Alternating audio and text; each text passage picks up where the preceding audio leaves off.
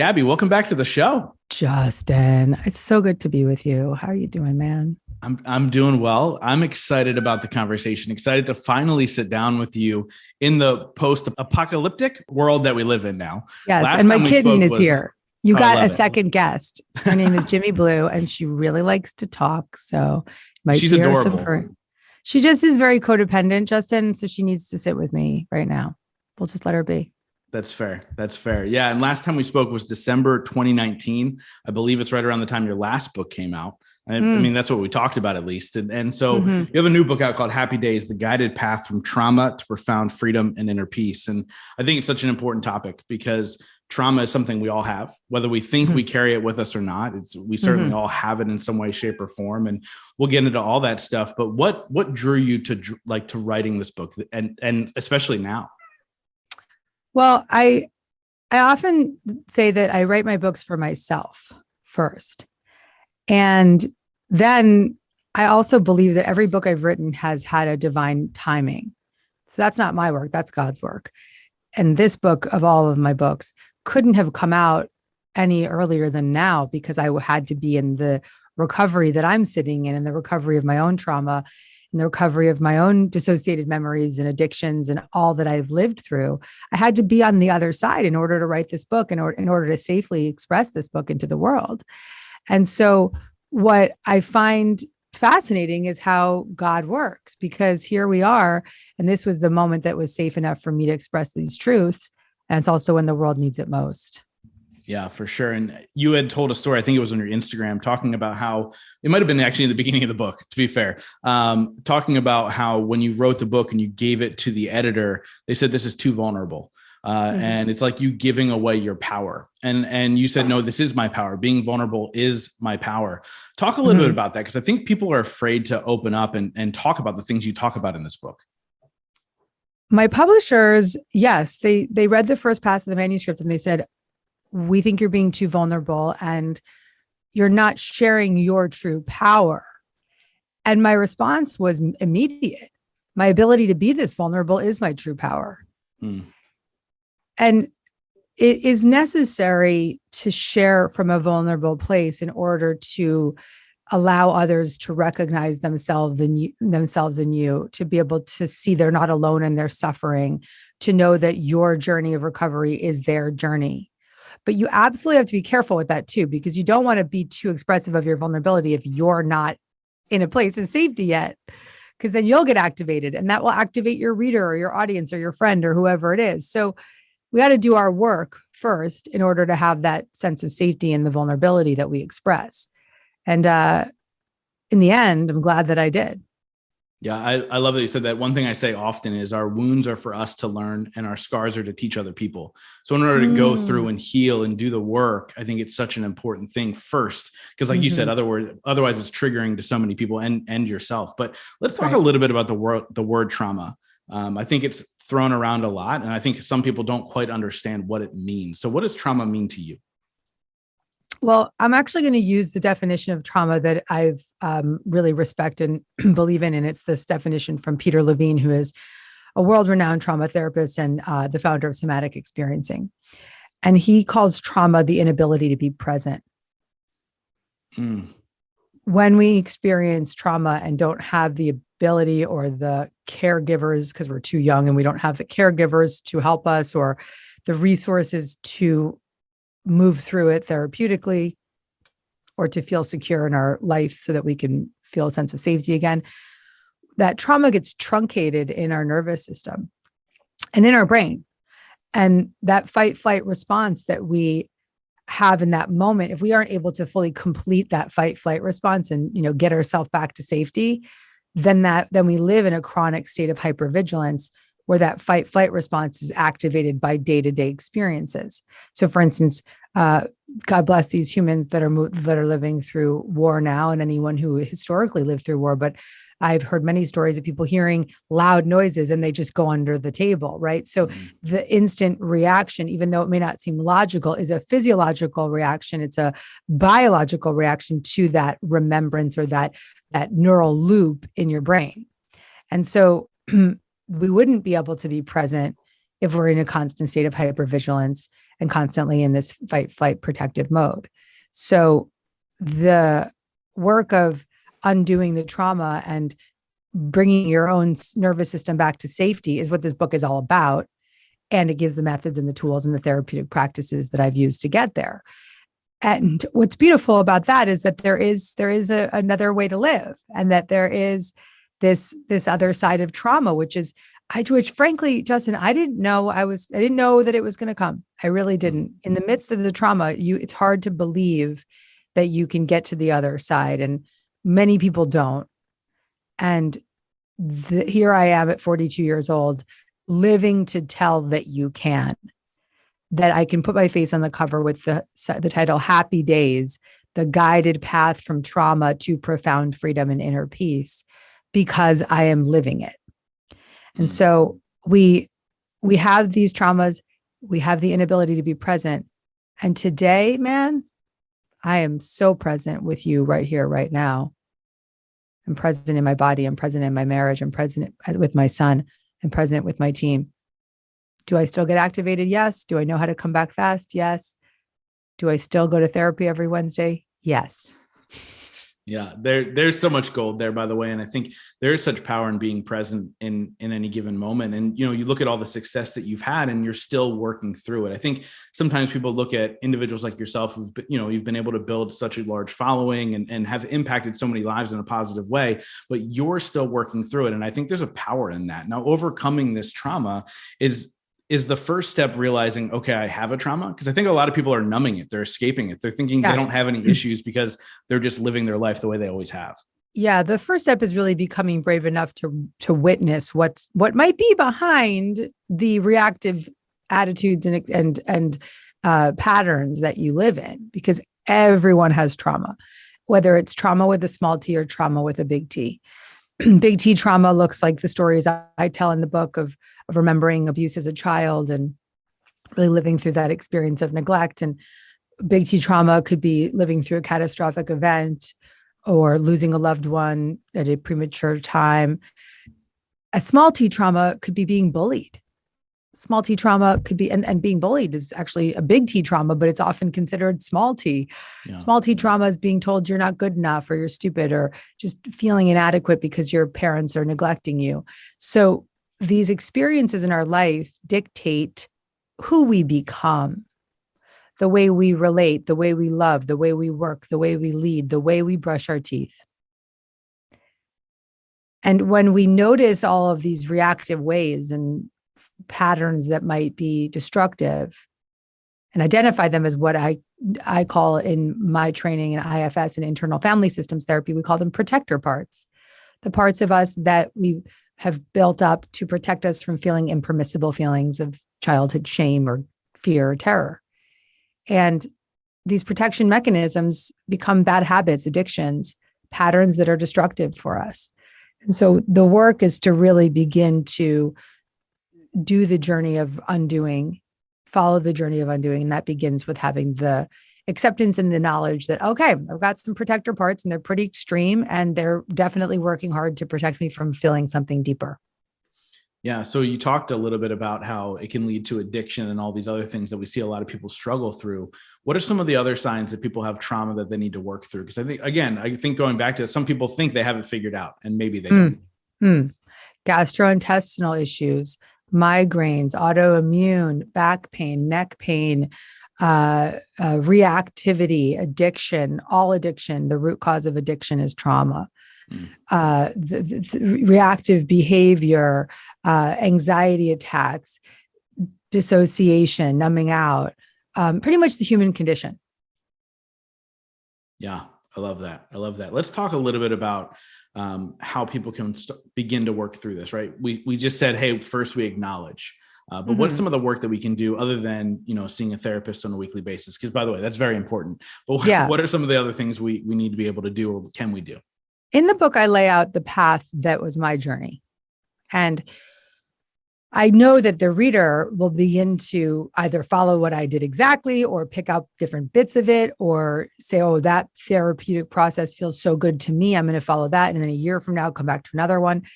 But it does begin with that awareness. And then it becomes this journey of becoming brave enough to wonder what might be beneath the reactivity and that protection mechanisms. And then we go into the journey of noticing how it takes over in our body and the psychosomatic effects of trauma, because the body does not lie. The body, where we may think, oh yeah, I'm over that, but I still have insomnia, or I'm over that, but I have terrible gastrointestinal issues. Well, you're not over it. You're not over it if your body is responding in these ways. And so that's another step in the journey. Then there's the process of really working with your internal system and recognizing and soothing and becoming a caregiver for the parts of you that are so activated. And that I do with the introduction of internal family systems therapy inside the book. I give countless practices for self-regulation. So learning the methods for soothing yourself and your nervous system in the moment are profound because they help you come back to safety. And it's only in that seat of safety that we can go deeper into the fear and into the discomfort in our therapy and with a coach or whoever we feel safe with. So much of this book is about helping people feel safe. And in that place of safety, you can go and do deeper work. And then at the end of the book, I give a whole chapter on reparenting yourself, where I take the parenting methods that I applied for my son early in the pandemic and for the rest of his life, where I follow the work of Dr. Dan Siegel, and he is my parenting teacher. He's the best out there. And some of his methods I started practicing religiously with my son. And I was like, wait a second, what if I could practice these on myself? And one example from the book is the 4 S's, where for your child, you want to make sure that they are seen, soothed, safe, and secure. And I was like, wait a second, how could I put that onto me? How can I make sure I am seen, safe, soothed, and secure? And it was pretty profound. So this is a journey of really guiding yourself back to that internal parent that you have within to care for you in the ways that you weren't cared for. Yeah. Yeah. And I mean, and so many people have struggled with that. One thing I want to talk about are those traumas we went through that we don't remember. As so many people have, right? It could have been so traumatic that we've buried it, right? Our subconscious has buried it and we don't remember it, but clearly we're having the effects of it. What are some things people can do to potentially bring those things out? Like you mentioned, like we deal with things, we go, oh, we're over it, but clearly there's still something buried there that we may not remember. In the book, I talk about how I was a cocaine addict and a drug addict and an alcoholic, and I got sober at 25. But for 11 years into my sobriety, I still didn't know why I was an addict. I didn't know why I turned to workaholism and codependency. And I just didn't know why until I started having some serious mental breakdowns and ultimately had a dream. And in the dream, I remembered being sexually abused as a child. And that memory was so real to me in my nervous system, in my mind, in my awareness. Didn't have all the details, but I had the knowing. And that's when I realized, oh, wow, this has been so impermissible that my brain literally dissociated from it. And that practice of that experience of dissociation is a way that the brain protects us from being flooded with too much at once. And so it's profound and it's beautiful, but it doesn't mean that it dissolves the trauma or makes it go away. It means that you just aren't consciously aware of it. I'll say that again. You just aren't consciously aware of it. So while you're not consciously aware of it, it's still showing up in every corner of your life. It's showing up in how you love and how you lead and how you work and how you eat and how you sleep and how you feel in your body. It's just everywhere. And for me, it came out eventually at 36 years old. And I said to my therapist, I said, why is this coming to me now? And she said, you've done so much work to feel safe enough to remember, to be safe enough to remember. Now, not everyone has the luxury of being there in that safe place to remember. And for me, it wasn't even enough. I was so scared and terrified for a long time that I had to get myself back to safety, which is what I share in this book. But some people remember because something triggers them. And right now, living through COVID, witnessing a war, I know that many people are being triggered back into trauma, whether it's a trauma that they completely dissociated from or a trauma that they tucked away and said, nah, never going to look at that. The unsettled sense of not being safe in the world is a trigger for all that inner insecurity and feelings of being unsafe. So the answer is read the book. because this is the guided path to slowly and gently and with a lot of care and respect and compassion from me, open up your awareness to what might be hidden. Yeah. And it's so true. And I've begun reading the book and it's so powerful. And you've done such a good job at tying in your vulnerability and your story into these lessons. That's at least the way I learn. So it makes sense for me to attach this book and it makes total sense. Now, this is me just wondering for myself, as you're talking about people, as we're going into war and obviously the last couple of years of COVID, recently, I've been having real vivid dreams of war and hearing battle sounds in the distance and like crazy stuff that I've never quite experienced. Could that, even though I've never been in war in my lifetime, could that be something that's triggering a trauma for me and maybe be more aware of? Yeah. Do you have ancestors that lived and survived war? I imagine. Yeah. I mean, we have a super, my family's rooted into Germany and all that stuff. Yeah. Mm-hmm. Did you have family that were in the Holocaust? Yes, but on the not so good side. Yeah. Yeah. Okay. There's the trauma. There's the historical epigenetic trauma. I'm on the other side of that conversation. My grandmother survived the Holocaust and she escaped through a family in Switzerland that helped her find refuge. And she then eventually came to the US. And so for me, my triggers and dreams are about saving people and getting them out. And, so the historical traumas from our lineage, actually, there have been studies that show that through epigenetics, they still live in our first, second generation, third generation, I believe, in our nervous system. And so they did some study. I have to find out exactly where this was, but where second generation Holocaust survivors were, when activated and triggered, smelt burning flesh. Wow. That is so crazy. Mm-hmm. Mm-hmm. So being in war, whatever side you're on, right? Because even right now, as we witness these Russian soldiers, these young men going into war, they don't want to be there. Even if they've been brainwashed and they believe it's the thing they should be doing in their heart and their soul, they don't want to be there. So no human on either side of war wants to be there. So there's trauma all around. It doesn't matter. So you're experiencing your ancestors' trauma in your dreams. Definitely.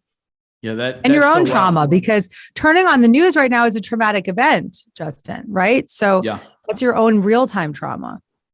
Yeah, I need to stop clicking that news button on Facebook.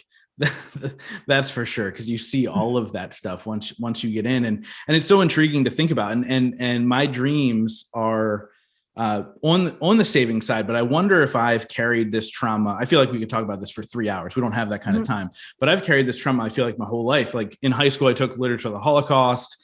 So I feel like I've always kind of been drawn to it. And then later found out in my adult life that one of my ancestors was one of Hitler's doctors. And so it was like craziness of like, oh, wow, okay, that kind of makes sense, right? Full body chills. Yeah.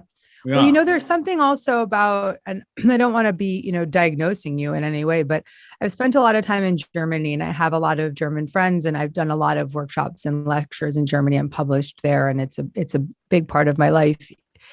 And I've had a lot of conversations with Germans who carry the shame of the Holocaust, because just like you, their ancestors were part of it, took part, or turned their back, or just shut their door on it. And that shame is so prevalent, even in schools and in education, and it's a collective shame. So you also are carrying not only, so underneath trauma is shame. Because when we have trauma from an experience, the feeling that's impermissible that lives beneath it is the shame. Yeah. Wow. So powerful, and everything we've talked about today is so important for people to really kind of take in, right? Even from the idea of, hey, you might think that your life was excellent, but here we are talking about something that happened generations ago. And I'm still potentially feeling the shame and the trauma from everything that was happening there. So always be aware of your feelings and all that stuff. Right? Yeah. And we also don't know what your grandfather was going through too, really resolving for yourself, like what his experience was, because anyone right now that's around Putin, they're just terrified for their life. And anyone who was around Hitler was terrified for their life. So there's a lot of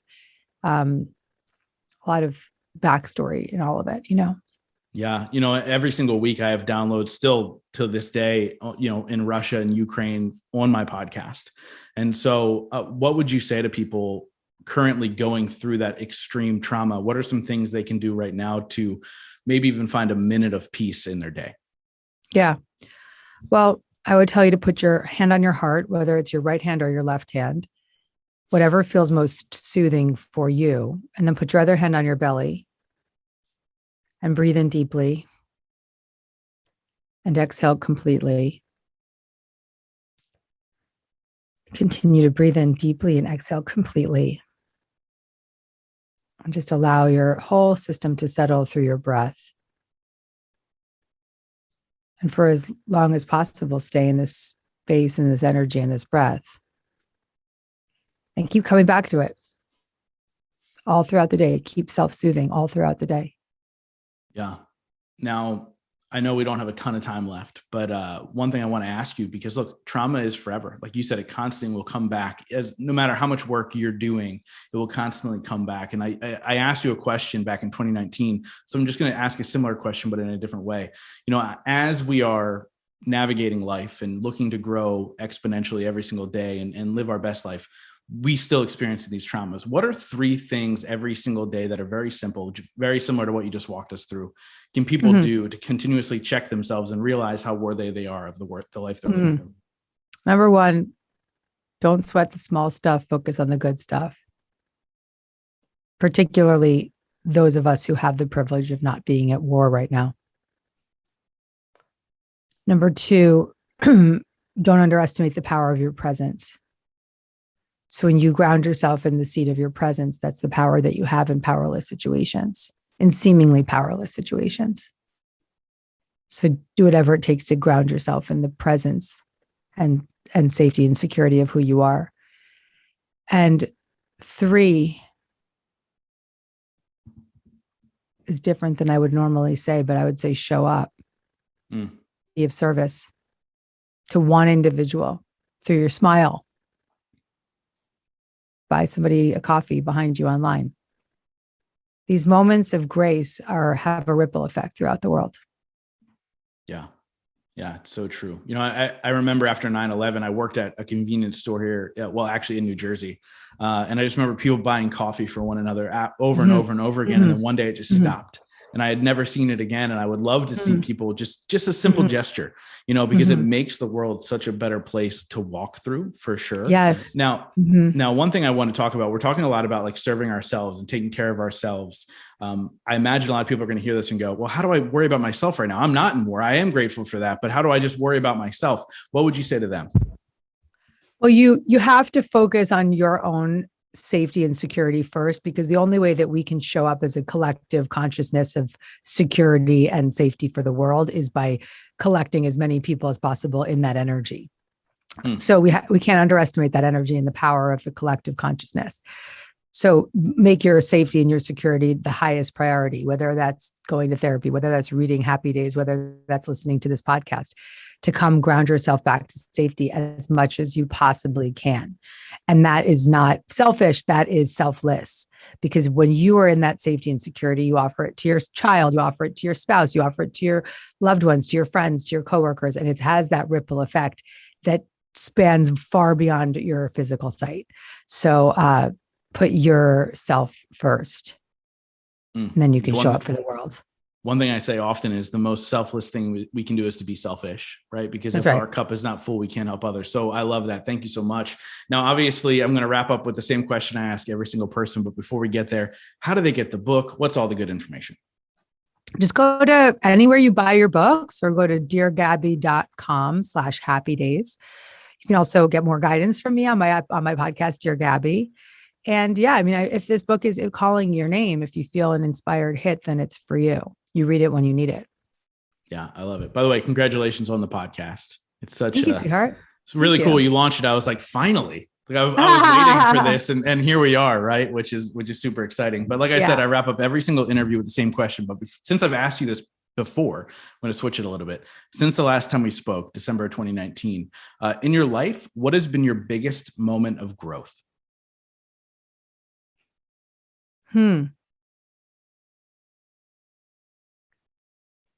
Wow.